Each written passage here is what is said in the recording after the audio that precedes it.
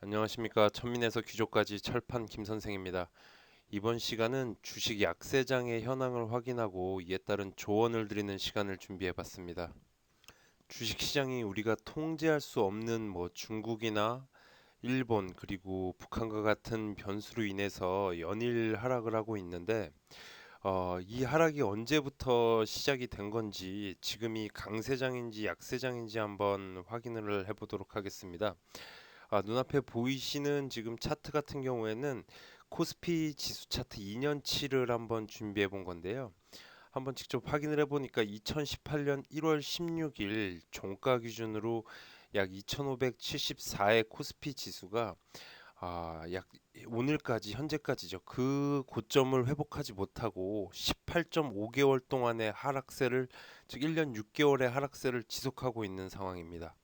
약세장이란 의미죠. 좀 더 구체화해서 봐보죠. 한국 거래소에 있는 업종별 지수를 준비해봤습니다. 약 1년의 기간, 즉 2018년 7월 말부터 오늘까지 1년간의 전체 지수를 한번 확인해봤는데요. 정말 놀라운 것은 자동차랑 증권 이 해당 등락률 자동차 3% 오르고 증권 약 0.4% 오른 것 말고는 전체 업종이 마이너스를 찍고 있습니다. 그 중에서도 지금 반도체, 헬스케어 같은 경우 그리고 필수 소비재 경우에는 마이너스 20%를 찍고 있고 은행주나 기타 철강 이런 부분들도 거의 마이너스 20%에 근접하죠. 이미 마이너스 15%를 넘었습니다. KRX 300, KRX 100 어떤 지수를 해도 거의 마이너스 10%, 11%에 육박하기 때문에 이 정도 되면은 개인 투자자분들은 거의 손실이 마이너스 2분의 1, 마이너스 50%에서 한 마이너스 60%까지도 충분히 나올 수 있는 그러한 약세장을 보여줄 수 있는 시장 상황이라고 판단이 됩니다.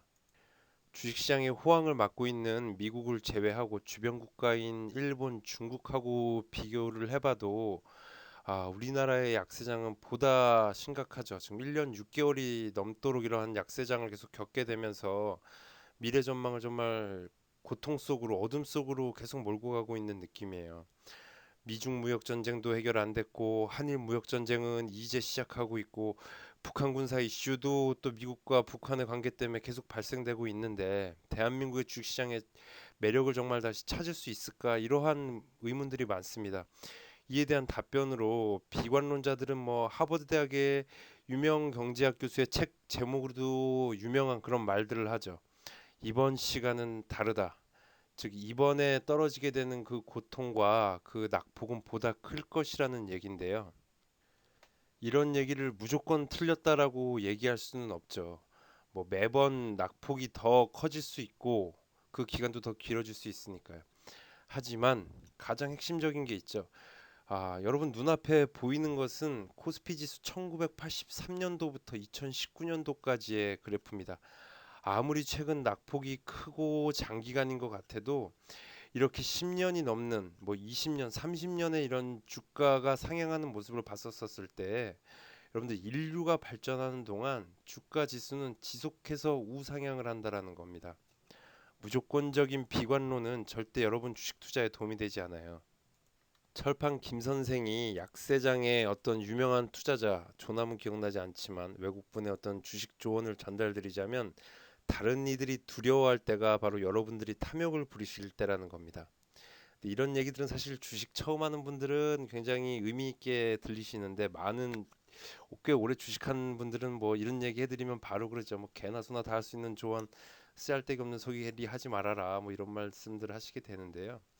네, 좀 더 구체적으로 제 방송을 듣고 계실 투자자분이나 투기꾼 여러분들께 조언을 드린다고 한다면 이런 약세장에 꼭 발생하는 신호가 하나 있어요. 그 바닥이라고 정확하게 할 수는 없지만 바닥 근처에서 반드시 발생하는 거죠.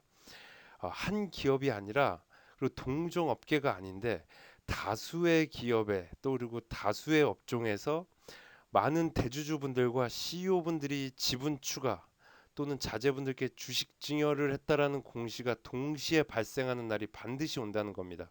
여러분들은 이 신호를 절대 놓치시면 안 돼요.